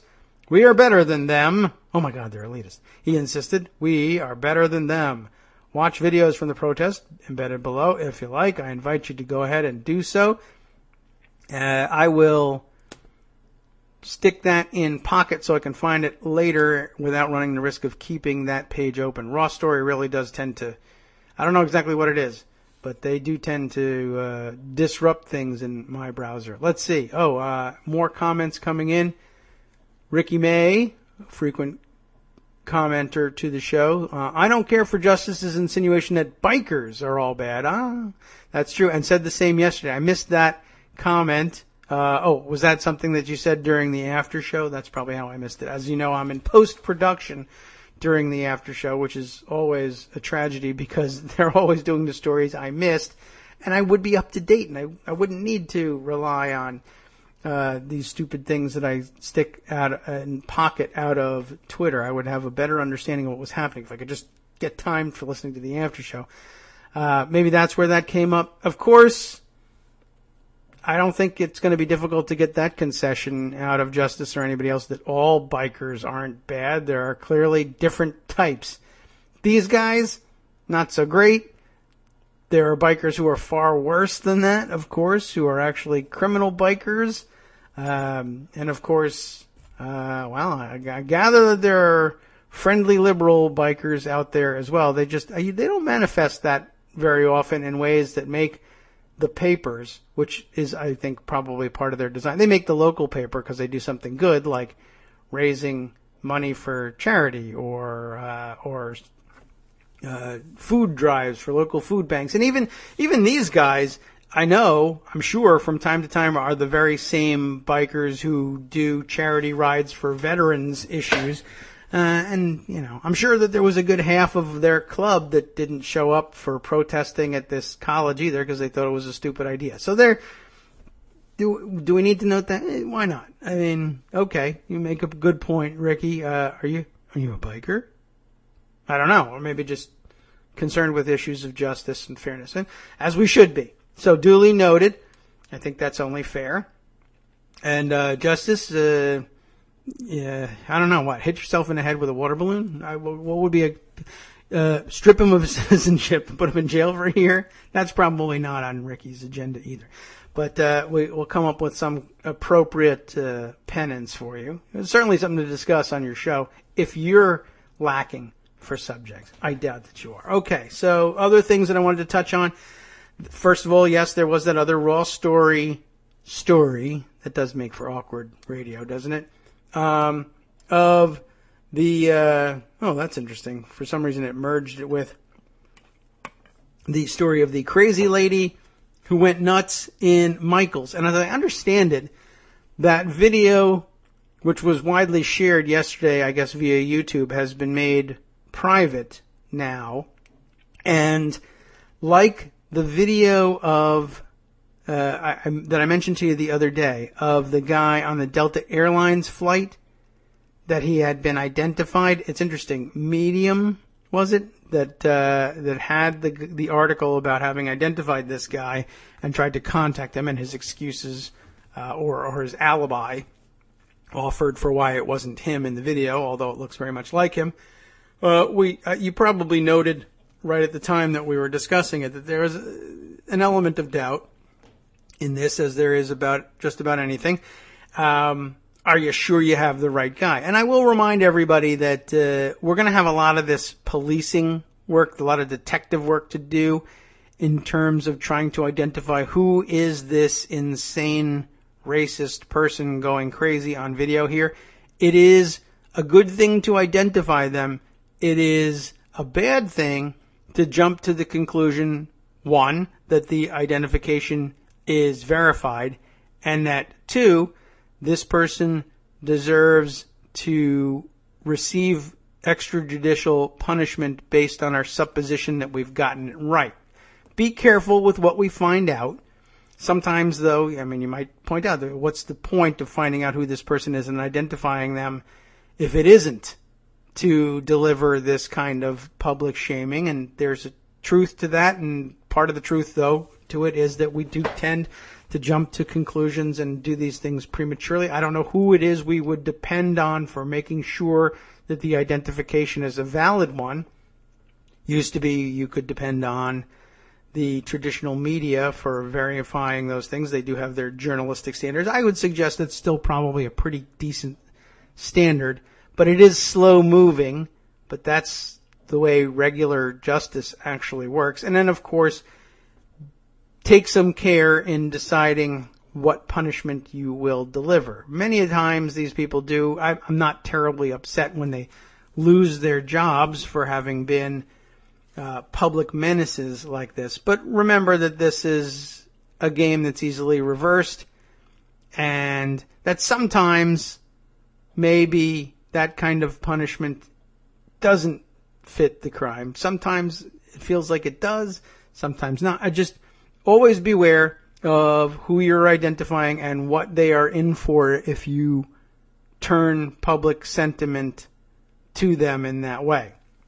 So, let's see. But I just wanted to point out, really I wanted to bring it up more to illustrate this weird pattern that's happening. You'll recall that it wasn't very long ago that we had the story of, and again, they're Trump supporters, And they offer that up, and that's why it's particularly relevant with respect to, the politics of the day. They offer up their Trump support as part of their rant and as justification for their anger. And in addition, as justification for their accusations that they're typically making about the people around them. There was the guy in the Starbucks in Florida who insisted that he believed he was, and there really is something worth taking out of this. It's usually the same setup, and I think in all, well, no, not all three situations, because I don't know what happened on the plane.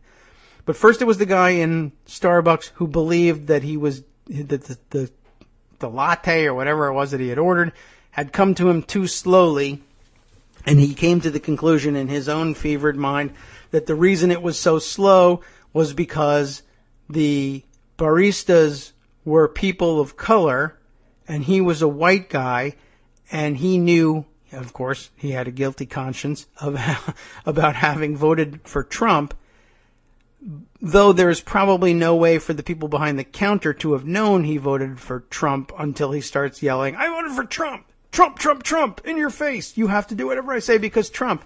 They might have assumed it. I don't know whether they profiled him as somebody who probably voted for Trump, but I don't think that enters into the mind.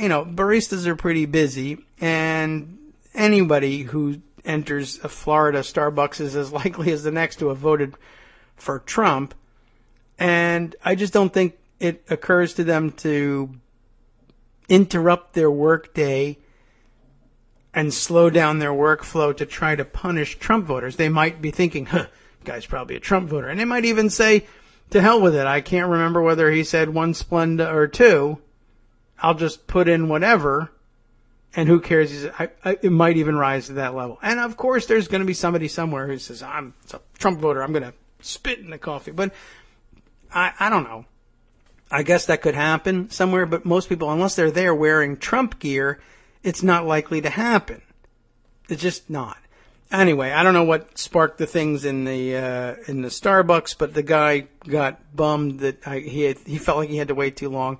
It was probably an overreaction, and probably didn't wait any longer than anybody else. And he decided he had been targeted because, of course, he's the kind of guy clearly that is uncomfortable around people of color. And now Trump's win gives him license in his mind, just as it gave people license in their minds to go to Trump rallies and be openly racist and do stuff that they probably only wish they could do elsewhere but don't actually act out. Now they think they'll be safe in manifesting these things in daily life. And thankfully it's only an extraordinarily small slice of people who feel this way, and a smaller slice still who get videotaped doing it. But I guess this woman, who's the part of the recent sensation, was in where was she?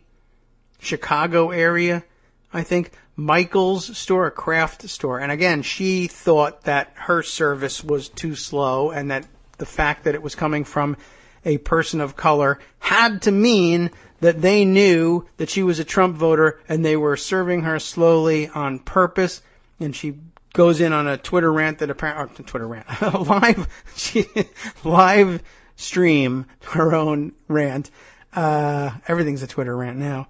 But I think for 20 minutes, they had 20 minutes of footage for her. So let's see. By yesterday, Josh Warren, frequent contributor as well, had pointed out via Twitter that the Medium story identifying the guy on the plane had been taken down, blocked, and was under some investigation. And apparently Medium's policy was implicated in this, that the author had perhaps revealed too much information about this person, and they considered it in the current online parlance, considered it a doxing, that this person had been unwillingly identified, that it was unconfirmed, and that people were targeting this person for retribution. Do be careful about thinking about such things. Rarely will you, I think, as an individual, accomplish the kind of retribution that in hindsight you will be proud of if you act impulsively.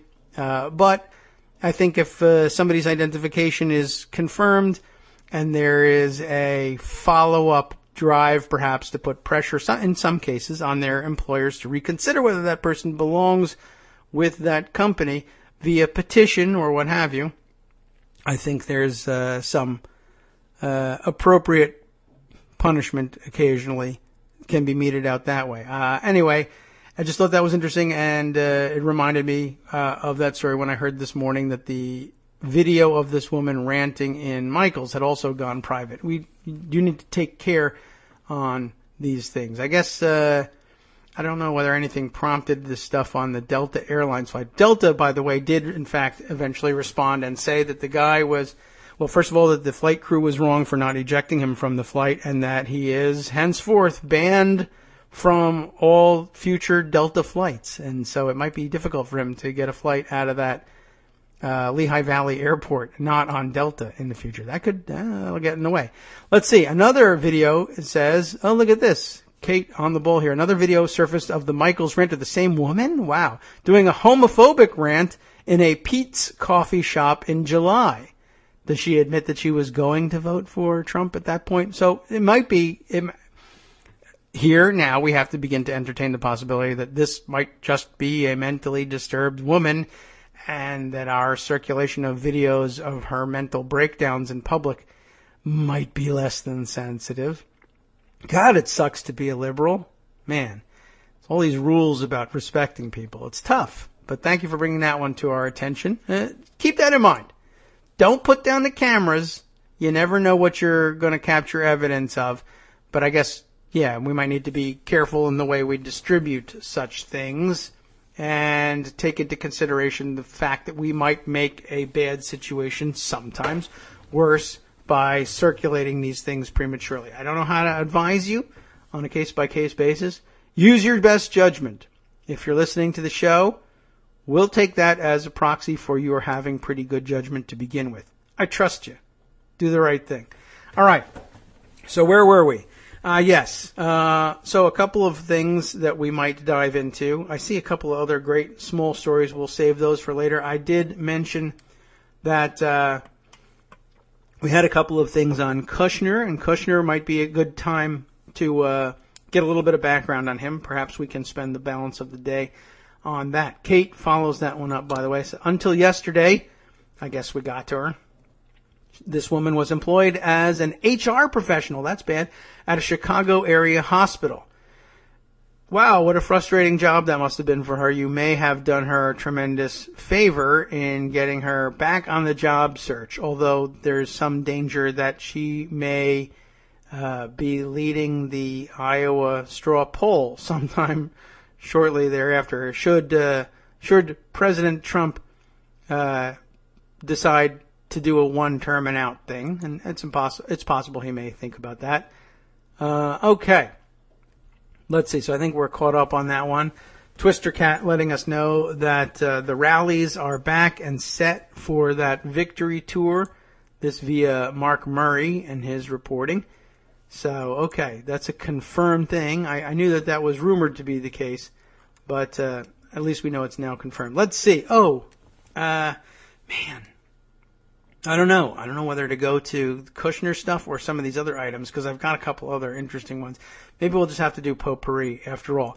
You remember yesterday, and this is my attempt at redeeming a portion of the show yesterday. I spent a little bit of time on KT McFarland and told some background stories that might have seemed like, okay, that's weird, but don't you think, does that really belong as part of the public discourse? Okay, she's terrible, but she's not subject to Senate approval, so stories like this aren't even likely to come out in a hearing and give people pause, etc.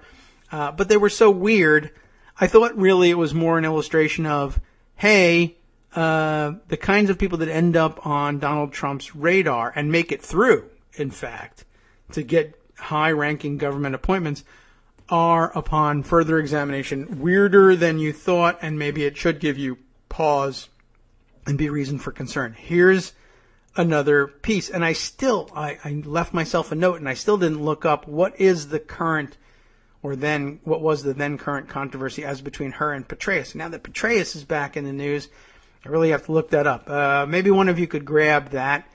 Wasn't it Roger Ailes and Petraeus and KT McFarland? If you've got a handle on that one, please send me a link to that one. I was instead distracted, as usual, by this garbage, as usual, from the New York Daily News archives. But it struck me, might strike you too. Here's our headline. KT's Evil and the Liar cries bro candidate cut off from family after incest claim. You can never tell what the hell's going on in Daily News. Bro candidate, blah, blah. But, hey, incest claim, that's not slang. I know what that is. What the effing, what? Republican Senate, by the way, first of all, daylined Friday, July 14th, 2006 by Helen Kennedy in the Daily News. Daily News, grain of salt, right? Republican Senate candidate Kathleen KT McFarland, that would be back in the Senate candidacy days, bitterly broke with her whole family in 1992. Who cares, right? She might know lots about national security. Bitterly broke with her whole family in 1992 when she accused her father of incest, an explosive charge her brother calls complete baloney. Maybe it is. Maybe it is not. Maybe we should be sympathetic with her. Maybe we shouldn't. Maybe she's just, I don't know. What? Maybe we ought to, what? Pause and add that to the mix. I'm not telling people how to vote, but she's either a liar or delusional, said Tom Troya, 52, who still lives in Wisconsin, where they grew up. I've described her as evil. That's a pretty apt description. Well, I'd like to know that about Deputy National Security Advisor.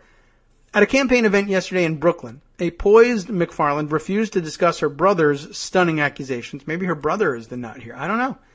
I have 5 wonderful children and a very loving and supportive husband, she said. Other than that, I have nothing else to say. Although, okay, all right.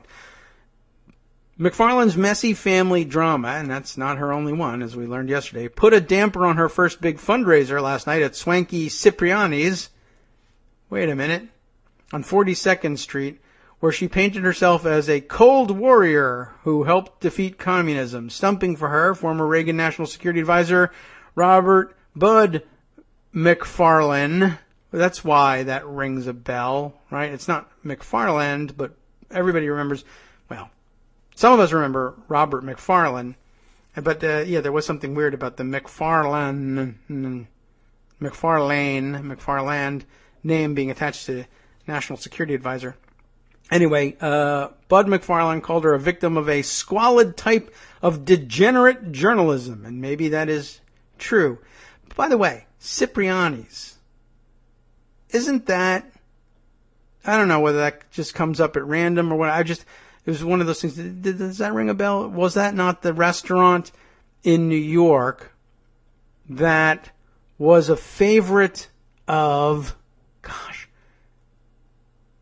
one or two of Trump's buddies, and it might be Stewie Rah, the number one king of all fun, who had a problem with him, or it might have been Joey No Socks, the guy who gives out the Diamond Star Quality Awards that are, his Institute for Hospitality Studies or whatever the hell the crazy thing is that he started, that he just goes around giving out awards to things in exchange for free meals and free stays at hotels, etc., which is a lifestyle. It's not a, illegitimate thing necessarily on its face. It's what travel reporting is really kind of all about.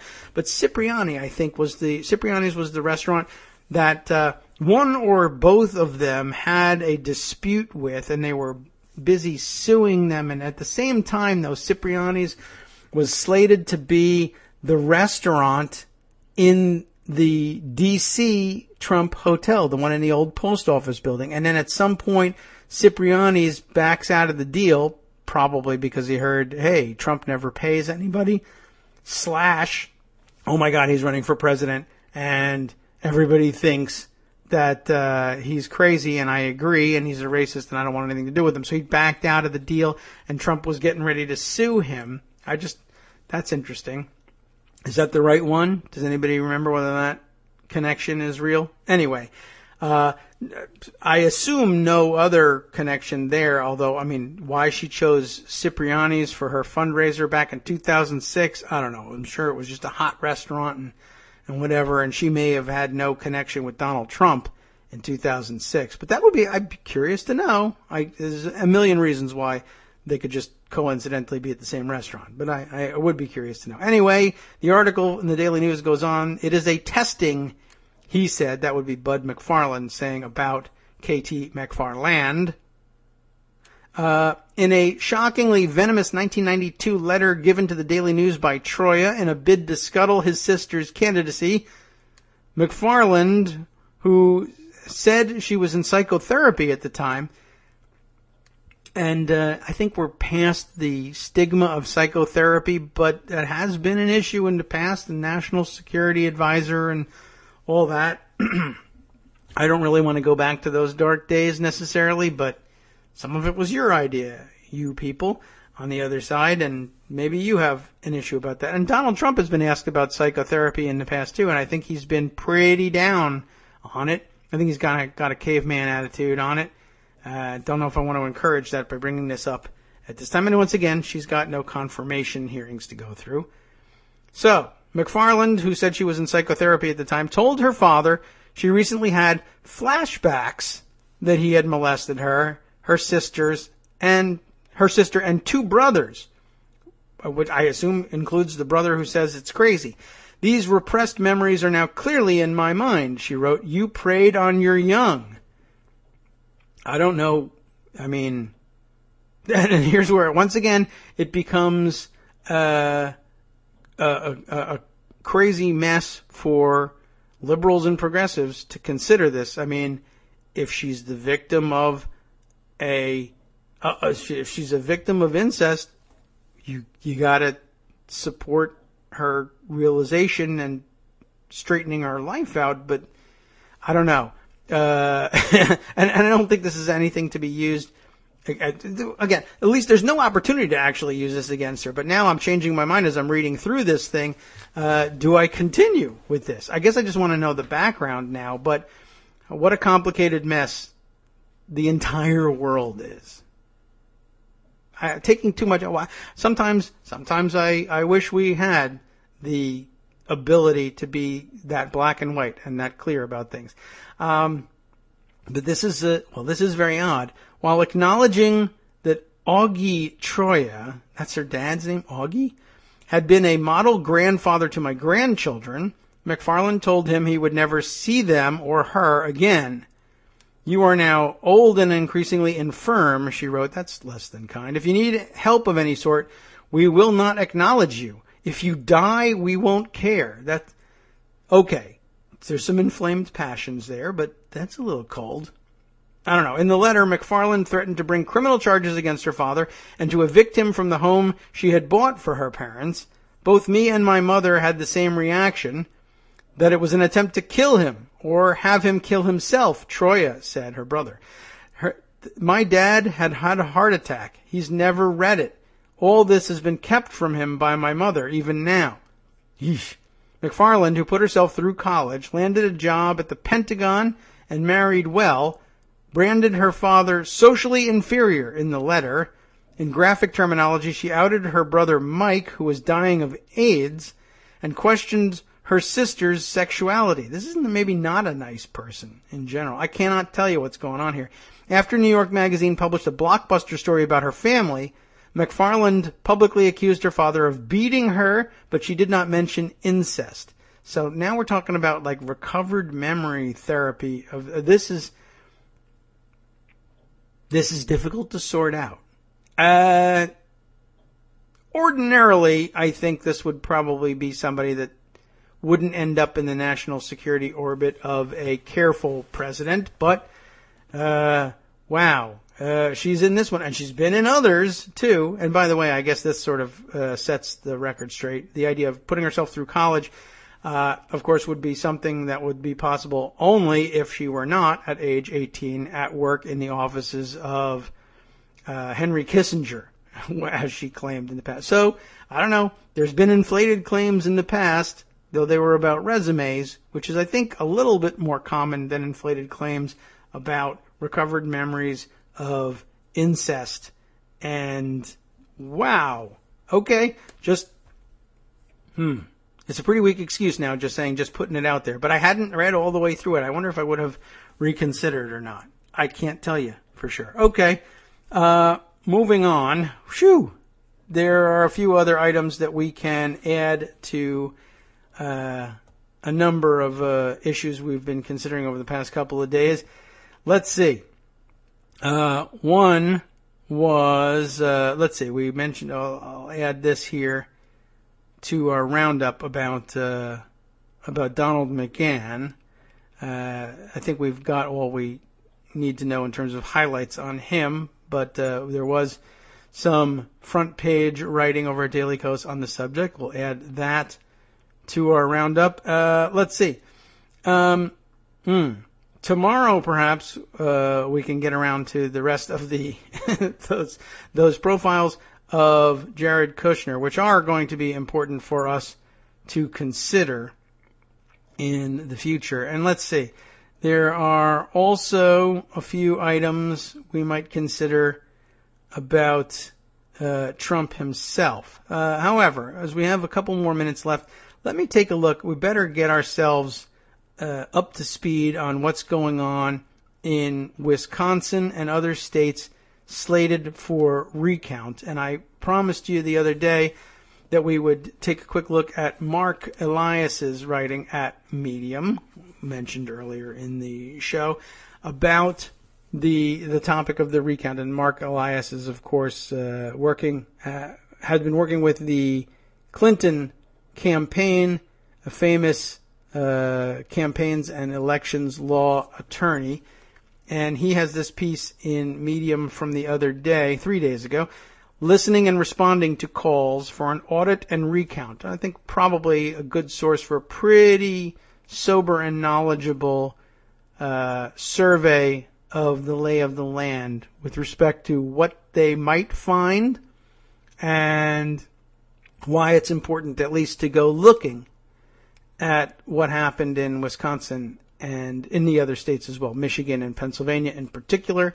And of course, now that Donald Trump himself brings the subject up, I guess we want to take a look at voting everywhere if he really believes that the vote was in fact included many millions of illegal votes. But I suppose I don't know how much he'll stick with that.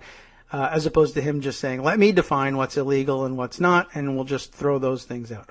Also crossing the transom via Twitter at the moment, Politico's news that Elaine Chao will once again be in a Republican president's cabinet. She was, of course, in the cabinet of George W. Bush. What was it that she was secretary of? I can't even recall what her record was, but she's switching departments, as is frequently the case, and she'll be taking over as transportation secretary in the Trump administration. Elaine Chao, of course, you may recall, is married to Mitch McConnell.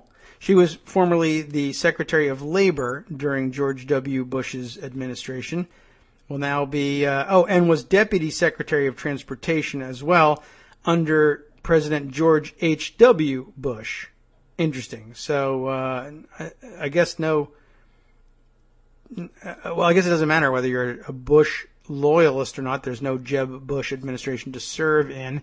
Ordinarily, I had heard that a lot of Bush family loyalists were being distanced from the Trump administration, and that might be expected. But on the other hand, Elaine Chao is still married to Mitch McConnell, and so valuable to keep close, but not that close. Transportation Secretary.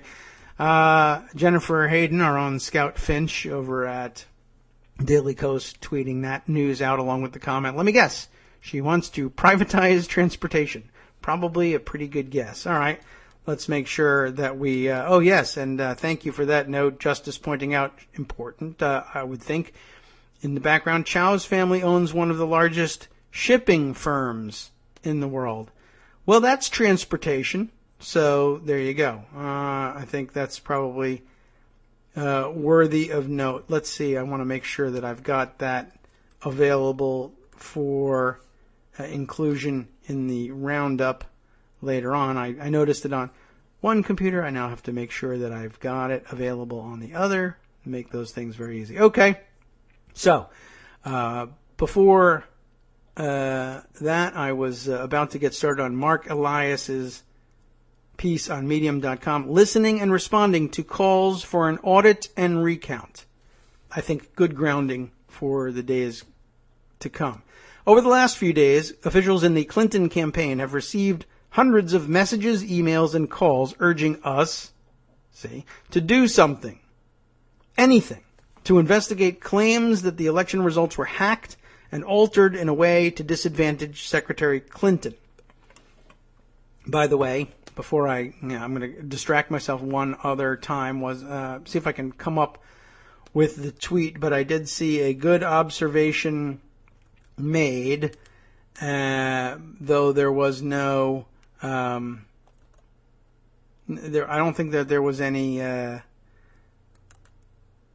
information that went along with it. It was just sort of a observation that made a great deal of sense, and I think it was from Greg Palast, how he pronounces that, famous enough as an author and columnist and writer, known to many of you, of course, and I think he was observing, along with a tweet making allegations about hacking in the recount, etc., just sort of noting for the record that it was probably, it's more likely that they would be able to come up with a recognizable difference in the vote total if they paid more attention to invalidated ballots. That is, people who were forced for various reasons to vote on provisional ballots because their names had been purged from the voter rolls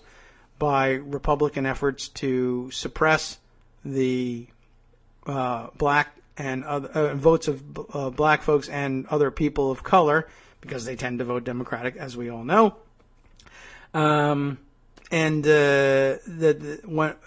They would then go ahead and invalidate the vast majority of those ballots cast provisionally, and that likely would have made the difference in some of these extraordinarily close seats. That's likely true. I don't know whether the numbers add up, but I would say that there's probably a greater likelihood that the difference was made in the invalidation of provisional ballots than it is that they'll be likely to be able to establish and get the appropriate authorities to acknowledge actual hacking. Even if it did happen, I don't know that they're going to be able to get the right authorities to agree to acknowledge it or to come up with any kind of remedy. But again, let me get back to Mark's writing on this. He's probably a lot more coherent and together and measured about it than I'm likely to be. So, as we said, he notes that the Clinton campaign has received all sorts of encouragement and calls for action to do something, anything of any kind, to investigate these claims. These concerns have arisen in particular with respect to Michigan, Wisconsin, and Pennsylvania, 3 states that together proved decisive in this presidential election and where the combined margin of victory for Donald Trump was merely 107,000 votes. And I believe that total may have come down since then, with the revision of some of the reported totals in Wisconsin on a county-by-county basis. It should go without saying that we take these concerns extremely seriously. We certainly understand the heartbreak felt by so many who worked so hard to elect Hillary Clinton, and it is a fundamental principle of our democracy to ensure that every vote is properly counted. Moreover, this election cycle was unique in the degree of foreign interference witnessed throughout the campaign. The U.S. government concluded that Russian state actors were behind the hacks of the Democratic National Committee and the personal email accounts of Hillary for America campaign officials. And just yesterday, the Washington Post reported that the Russian government was behind much of the fake news propaganda that circulated online in the closing weeks of the election. That, of course, that article's been disputed by some prominent voices on the left as well, and that has resulted in some more intramural fighting about that, but that's pretty routine stuff. We do see that about almost everything. And I think we read a more concerning story yesterday, granted from that, I would guess you would include, right, Li Fang and that portion of the left that disputes the Washington Post's conclusions. And I think if we had read all the way through his piece, my skim of it indicated that he does, in fact, take that on and did, in fact, in writing that piece, dispute the Washington Post's conclusion. So just noting for the record that that's out there. Many of you likely already know that.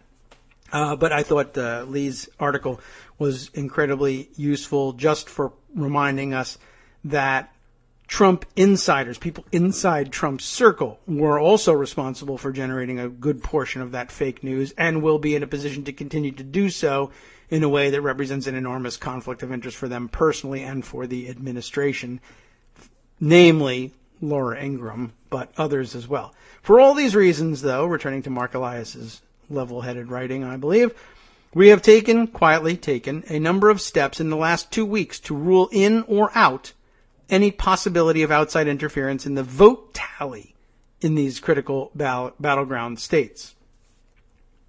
First, since the day after the election, we have had lawyers and data scientists and analysts combing over the results to spot anomalies that would suggest a hacked result.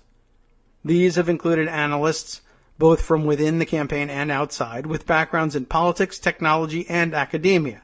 Second, we have had numerous meetings and calls with various outside experts to hear their concerns and to discuss and review their data and findings. As a part of this, we have also shared our data and findings with them.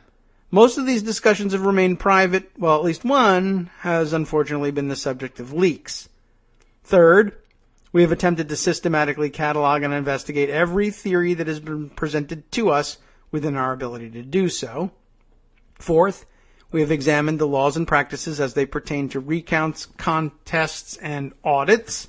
Fifth, and most importantly, we have monitored and staffed the post-election canvases where voting machine tapes are compared to poll books, provisional ballots are resolved, and all of the math is double-checked from election night.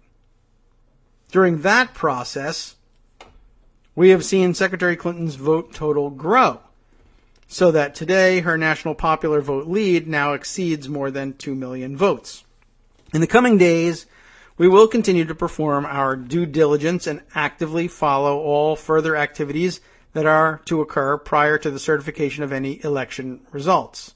For instance, Wisconsin and Pennsylvania conduct post-election audits using a sampling of precincts. Michigan and many other states still do not. This is unfortunate. It is our strong belief that in addition to an election canvass, every state should do this basic audit to ensure accuracy and public confidence in the election. Beyond the post-election audit, Green Party candidate Jill Stein announced Friday that she will exercise her right as a candidate to pursue a recount in the state of Wisconsin. She has indicated plans to also seek recounts in Pennsylvania and Michigan. Because we had not uncovered any actionable evidence of hacking or outside attempts to alter the voting technology, we had not planned to exercise this option ourselves, but now that a recount has been initiated in Wisconsin, we intend to participate in order to ensure the process proceeds in a manner that is fair to all sides. If Jill Stein follows through as she has promised and pursues recounts in Pennsylvania and Michigan, we will take the same approach in those states as well. And I understand that the Pennsylvania filing is underway. Is that right? But she's so far, I think the record establishes that Jill Stein has followed through pretty much as promised. I don't know what the situation is in Michigan exactly, but to the extent that anybody feared that she was simply going to collect the money and do something else with it, I don't think that has been warranted to this point. Continuing with Mark here, we do so fully aware that the number of votes separating Donald Trump and Hillary Clinton in the closest of these states, Michigan, well exceeds the largest margin ever overcome in a recount. But regardless of the potential to change the outcome in any of these states, we feel it is important on principle to ensure our campaign is legally represented in any court proceedings and represented on the ground in order to monitor the recount process itself. The campaign is grateful to all those who have expended time and effort to investigate various claims of abnormalities or irregularities. While that effort has not, in our view, resulted in evidence of manipulation of results, now that a recount is underway, we believe we have an obligation to the more than 64 million Americans who cast ballots for Hillary Clinton to participate in ongoing proceedings to ensure that an accurate vote count will be reported.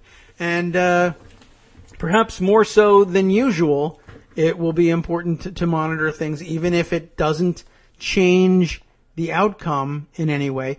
We have an unusually egotistical president-elect who is clearly perturbed by the notion that he lost the popular vote and is doing everything he can to erase or undermine the fact that he lost the popular vote, including claiming that he actually won it because everybody else's votes were illegal. And a lot of people, I think, took the additional leap, though, nothing out of bounds with this guy, to point out that this is not that far away from simply declaring that anybody who voted for him is illegal, period. Hasn't done that so far, but then again, he's a little crazy, and you got to watch out for these things. But it's certainly the case that he would love more than anything to be able to claim that he either won the popular vote outright. I'm sure he would love to be able to claim that without relying on the ridiculous claim that millions of ballots were cast illegally.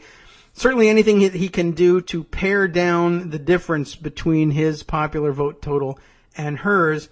Ordinarily, you would think a different candidate just wouldn't care, just so long as the outcome doesn't change and none of the electoral vote outcomes change at all.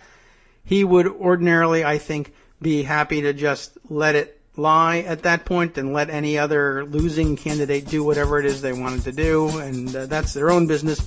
But Donald Trump is the kind of guy who's going to be perturbed by this and might actually spend money forcing his lawyers to do things like challenging and throwing out still more votes, as many as possible, for Hillary Clinton. It does seem, if nobody thinks the outcome is going to change, it does seem a little bit like a giant waste of money to fight on that front. But Elias makes the good point.